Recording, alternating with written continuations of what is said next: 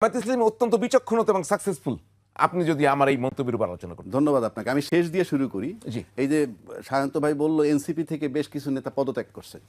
কেন তারা পদত্যাগ করছে? বিষয়টা হলো এইখানে। পদত্যাগ করছে যে আমাদের দেশের যে রাজনীতিগুলো হয় আলটিমেটলি প্রতিহিংসা পরায়ণ রাজনীতি হয় সময়ের ব্যবধানে। সময়ের ব্যবধানে প্রতিহিংসা পরায়ণ হয় বিধায় আমার কাছে মনে হয় যারা এনসিপি থেকে পদত্যাগ করছে তারা মনে করছে আমি এখান থেকে সরে যাওয়া আমার সেফটি আনবে অনেকখানি, অর্থাৎ আমি এনসিপিটা ছেড়ে দিছি। কেন? প্রশ্নটা কেন আসলো? প্রশ্নটা হলেই, যেমন ধরেন বেগম খালেদা জিয়া মারা যাওয়ার পর 24 লক্ষ লোকের জানাজা হয়েছে, আমরা মোটামুটি পত্রিকায় যে রিপোর্টটা পাইছি। কিন্তু আমাদের বেগম খালেদা জিয়া কিন্তু শুধু বিএনপি নেত্রী না, উনি সময়ের ব্যবধানে একটা গার্জিয়ান সুলভ হয়ে গেছেন এই দেশের গণতন্ত্রের জন্য। উনি একজন আদর্শ ছিলেন এবং উনি ছিলেন একটা গণতন্ত্রের মানুষকন্যা, আপসী নেত্রী হিসেবে ওনার একটা আইডেন্টিটি ছিল। এবং উনি কিন্তু শুধুমাত্র তারেক রহমান সাহেবের মা হিসাবে জানাজা পাননি, উনি 3 বারের প্রধানমন্ত্রী সাবেক এবং উনি শহীদ জিয়ার মানে রাষ্ট্রপতি জিয়াউর রহমানের ওয়াইফ। এবং সব কিছু মিলে এটা বোঝা যায় যে সামরিক বাহিনীর সেনাপ্রধান যেভাবে ওনাকে সেলুট দিছেন সেটা দিয়ে বোঝা যায়। এখন আসেন এনসিপির রোলটা কি ছিল? আজকে যদি জুলাই না হতো তাহলে কি হইতো? 1 নম্বর, হাসিনা ক্ষমতায় থাকতো এবং তার 29 সাল পর্যন্ত মেয়াদ। 2, চেয়ারম্যান সাহেব ফেরত আসতেন না। কোন চেয়ারম্যান সাহেব? বিএনপি সাহেব, ভারপ্রাপ্ত চেয়ারম্যান। জি।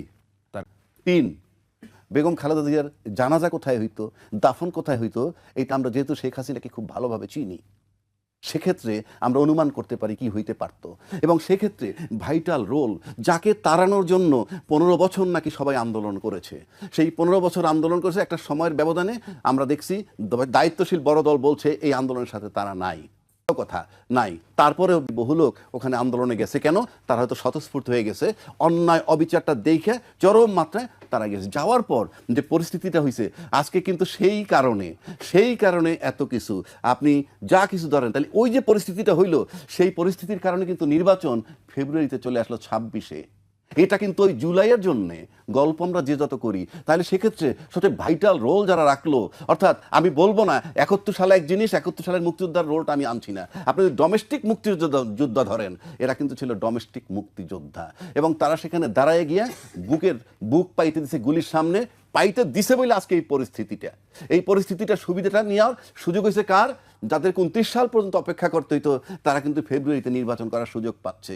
সেই যে দলটা বা সেই যে সেই ব্যক্তিগুলা সবচেয়ে বেশি জনপ্রিয় হওয়া উচিত ছিল ওই বড় দলটার কাছে, যারা দীর্ঘ 15 বছর পর্যন্ত মাঠে দাঁড়াইতে পারে নাই, অথচ সেখান থেকেই তারা বিমুখ হইয়া এখন চলে গেল, তারা জামাতে জোট বানাইলো। তাহলে জামাত কি করতে পারবে না করবে বড় কথা না, কিন্তু এই মুহূর্তে তো জামাত অন্তত গার্জিয়ান হিসেবে একটু শেল্টার তাদেরকে দিছে। এবং আপনি যদি ওই বিবেচনায় নেন, এদের কিন্তু শেল্টার দরকার। কেননা আমি এর আগে 2টা ঘটনা বলছি আপনাকে। হাদির কিলারকে খুঁজে পাওয়া যাচ্ছে না, বৈষম্য বিরোধী আরেকটা ছাত্র ওই যে হবিগঞ্জের কোন থানায় গেল, তাকে গ্রেফতার করলো একজন, এবং সে মৌখিকভাবে বলছে অপরাধী কাউরে আমি সাপোর্ট করতে এক চুল রাজি না। একটু প্রশ্ন করি তাহলে, এই যে এনসিপির তরুণরা তারা কি এখন অনেকটা ভয়ের মধ্যে আছে? অফকোর্স শেল্টারের প্রশ্ন তুলছেন, বিএনপির মতো বড় দল শেল্টার দিল না, জামায়াত ইসলামী দিল। সেই পার্থক্যকে দেখাচ্ছি। আপনি হাদির কিলারকে খুঁজে পাচ্ছেন না, তার মানে কি? হাদি বৈষম্য বিরোধী। তো বৈষম্য বিরোধীকে যে গুলি করলো, সে যে জামিনটা পাইছিল কেমনে তার আগের মামলায়, সেটা কিন্তু খুব আলোচিত হচ্ছে না। কিন্তু এই যে বৈষম্য বিরোধী আরেকজন যে হবিগঞ্জের থানায় গিয়ে বললো যে থানা জ্বালাইছিল আর কি, সন্তোষ সাহেবের জ্বালাই দিয়েছিল, তারপরে কিন্তু সোশ্যাল মিডিয়ায় ভইরে গেছে, তাকে গ্রেফতার করে না। অফকোর্স তাকে গ্রেফতার করা উচিত, আমি অপরাধীর মাফ করার সুযোগ নাই।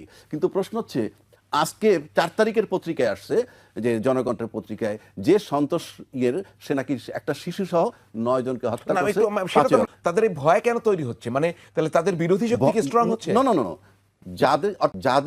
যাদের উচিত ছিল তাদেরকে বুকে আগলে ধরার, তা না হলে 29 সালের আগে যারা নির্বাচন পাইতো না, তারাই যখন তাকে রিজেক্ট করছে, আমরা তো ওইটাই ভাবছিলাম যে যখন আমাদের দেশের নেতৃত্ব দেওয়ার মতো দায়িত্বশীল নেতা যখন চলে আসবে, তখন বুকে আগলে তাদেরকে ধরবে যে ইয়েস, তোমরা যে রোলটা প্লে করছো তাতে এই হয়েছে। এখন আজকে কিন্তু সেই ঘটনার পরিপ্রেক্ষিতে কেউ এমপি হবে, মন্ত্রী হবে, সেই স্বপ্নটা দেখতেছে 26 ফেব্রুয়ারি 12 তারিখের পর 13-14 তারিখের মধ্যে, নাইলে এটা দেখতে হইতো 29 সালে। তো এই যে বিষয়টা, এটা যদি আপনি নেন তাহলে কি বোঝা যায় যে আপনি প্লটটা করলেন, একটা পরিস্থিতি তৈরি করলেন, তৈরি করার পর সুবিধা যারা নেওয়ার নিবেন, কিন্তু তাদেরকে আপনি দাঁড়াইতে দিবেন না, কিংবা তাদের প্রতি আমি গুরুত্ব পাচ্ছি না। যে হওয়া উচিত ছিল সব রাজনৈতিক দলের বন্ধু, একমাত্র আওয়ামী লীগ ছাড়া। এখন আওয়ামী লীগের শত্রু এনসিপি, বড় দায়িত্বশীল দল, তাদের একসেপ্ট করা উচিত ছিল, সেটাও আমরা দেখি একসেপ্ট করে নাই। তো সেক্ষেত্রে আজকে যদি জামাতের সাথে তারা জোট করে, তাতে অপরাধ কেন হবে? কারণ একটু আগে বলছেন এটা কৌশল রাজনীতির। তো কৌশল আপনি করলে দোষ নাই, আরেকজনে করলে দোষ হবে কেন?